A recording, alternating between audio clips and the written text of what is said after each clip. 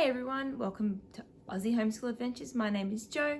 Today I'm going to give you my review of Masterbooks Language Lessons for Living Education Level 2. So I've been using this program now, this is my second year using it. I used it last year for my oldest daughter. We completed it actually this year. We actually only just finished it about 3 months ago. We just took a bit longer getting through it because of life happening here with us on our farm. So I've completed level 2 once with her. I'm now working through it a second time with my youngest daughter.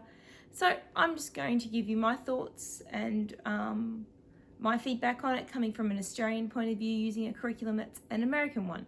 So questions that I've heard lots is American. Is it too American? I don't find that it is too American for me as an Australian homeschool mum.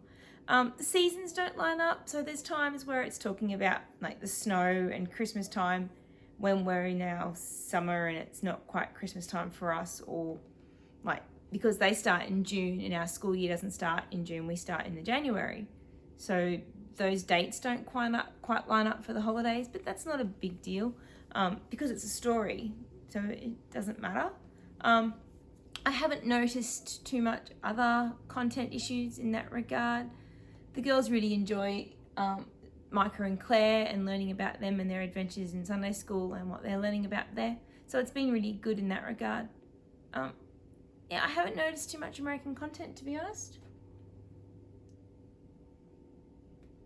So yeah, no, I don't think it's too American for an Australian to use. Spellings, there's been I haven't noticed too many. I mean, colour maybe, but we live these days in a world that is hyper-connected and very much has a lot of American content already here in Australia. I don't know about your children, but my Aussie kids love YouTube, and they already watch lots of YouTube, and they hear lots of American accents and lots of American things around them.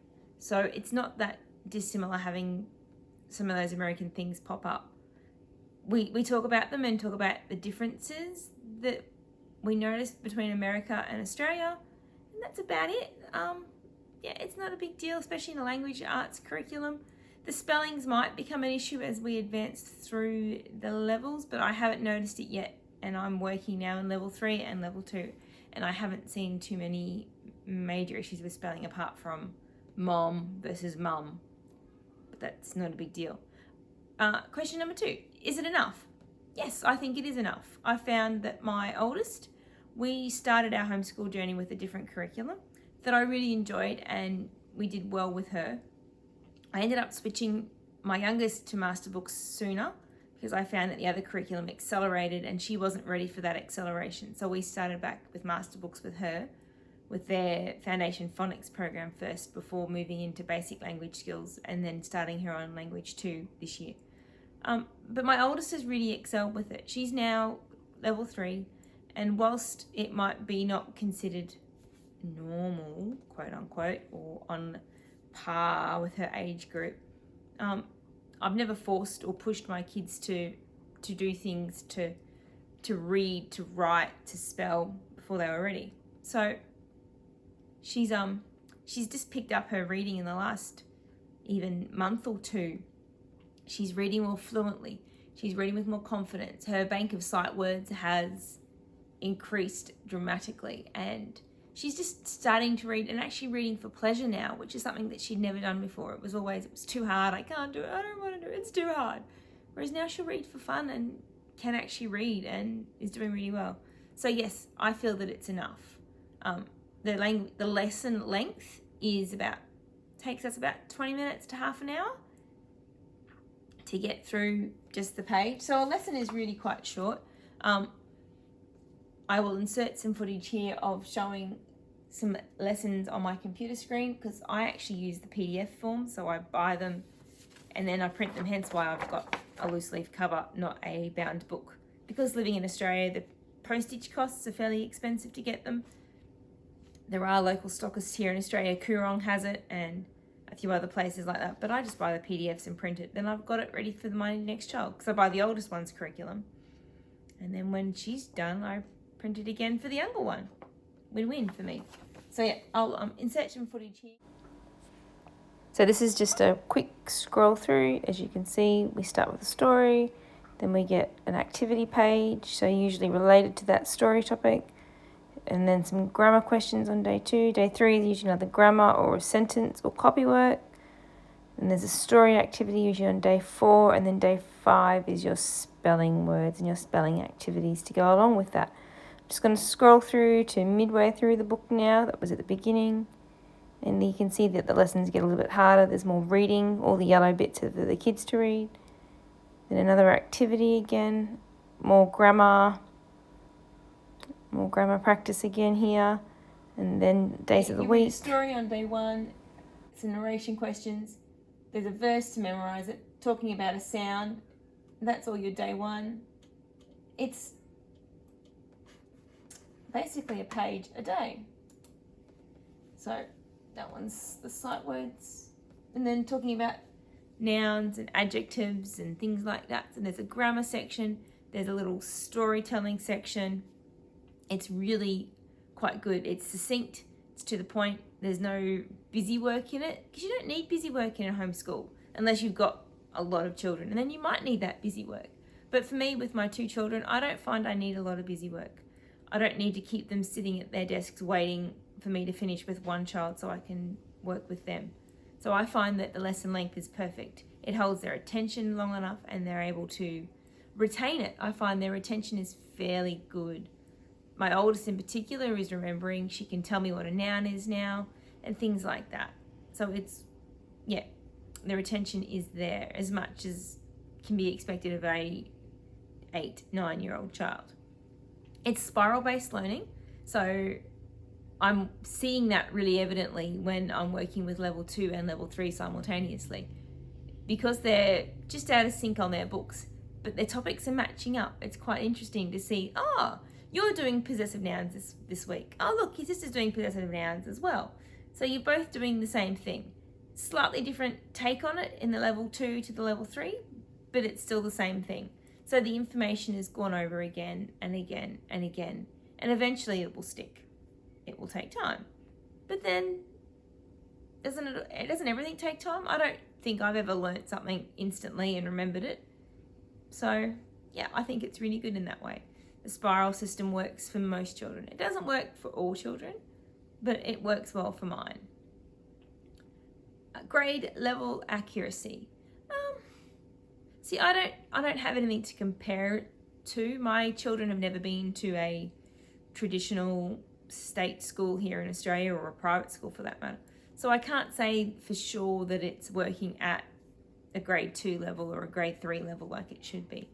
I feel that it is. I feel that it's working at about that grade 2 level. When I've done my programs, because I'm in Queensland, I submit my program and my reporting to the Home Education Unit, or the HEU.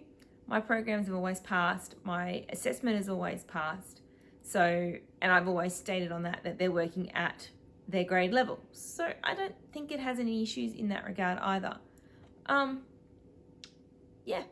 Overall, my children really enjoy it. They like the stories. They like the lesson length. I really enjoy it to teach. I find that there's enough meat in it for one lesson, and I really enjoy teaching it. Everything's included. So I include a few extra things like handwriting. So I have a handwriting workbook that my children work through. If you haven't already, you can check out my curriculum review video for grade 2, my curriculum choices. So I'll leave that linked down below and you can go and check out that video and see what I use there. Spelling is included. They give you a list of spelling words. So we do that lesson it's technically their Friday lesson, but we only school 4 days a week. So our Friday lessons, we actually do a double lesson on the Monday. So Friday's spelling words become our Monday spelling words. So they get their spelling words on a Monday. And then we do different activities with those words throughout the week. I've got some spelling sheets that I got off of Teachers Pay Teachers that are just a simple, writing the words out in different ways. Sometimes they're hiding them on a picture and then they're colouring in that picture. Sometimes we'll play other games with those words. Sometimes they'll do the dictionary that's included in the curriculum. So they have a page that you print out and I'll insert a little clip of the dictionary page there. But the spelling works quite well. It's once again, my oldest is retaining her spelling. She's got a really good head for that sort of work. My youngest, not as much, but then I don't think she's a different child. So it's hard to compare children and compare their learning abilities. I don't feel that's fair or the right thing to do, so I don't. I've said a lot. I'm sorry about that. I'm trying to think. Yeah, so we do the spelling activities. They give you a whole bunch of games and suggestions included in the curriculum. So we've used some of those. Not as many. I'm hoping to use more this year. I just need to be more organised. I'm sure you hear me out there, homeschool mums, trying to find a balance between homeschooling and, for me, farm life and just general mum life. I feel that my life is very full and very busy. And with everything that's going on in our current world situation, it's a little challenging at times still. But I mean, it's okay. We make it work. So yeah, overall, I think maths, I use their maths one as well. Their English Lessons for a Living Education Level 2 is a fantastic curriculum. It's short, simple lessons. It's Charlotte Mason inspired.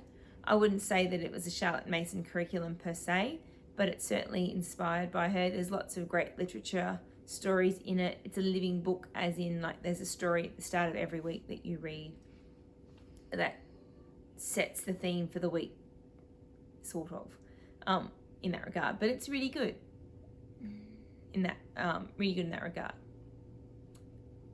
Overall, yeah, I really enjoy teaching it. The kids are enjoying doing it. There's certainly no groans of, oh, it's school time. In general, there is those groans because they'd rather be playing usually. But overall, they enjoy school and the curriculum works well for us. If you've got any other questions, if you'd like for me to do anything more about this, let me know in the comments section down below. Leave any questions that you've got. I'll be sure to answer you. Otherwise, have a fantastic week and I will see you in the next one. If you haven't already, please hit subscribe, like this video, share it with your friends, help my little channel to grow. That would be fantastic. If you like this kind of content, let me know.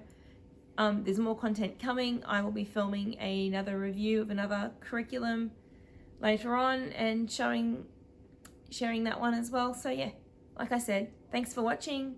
Please do hit that subscribe button if you haven't already, and I will see you in the future. Bye.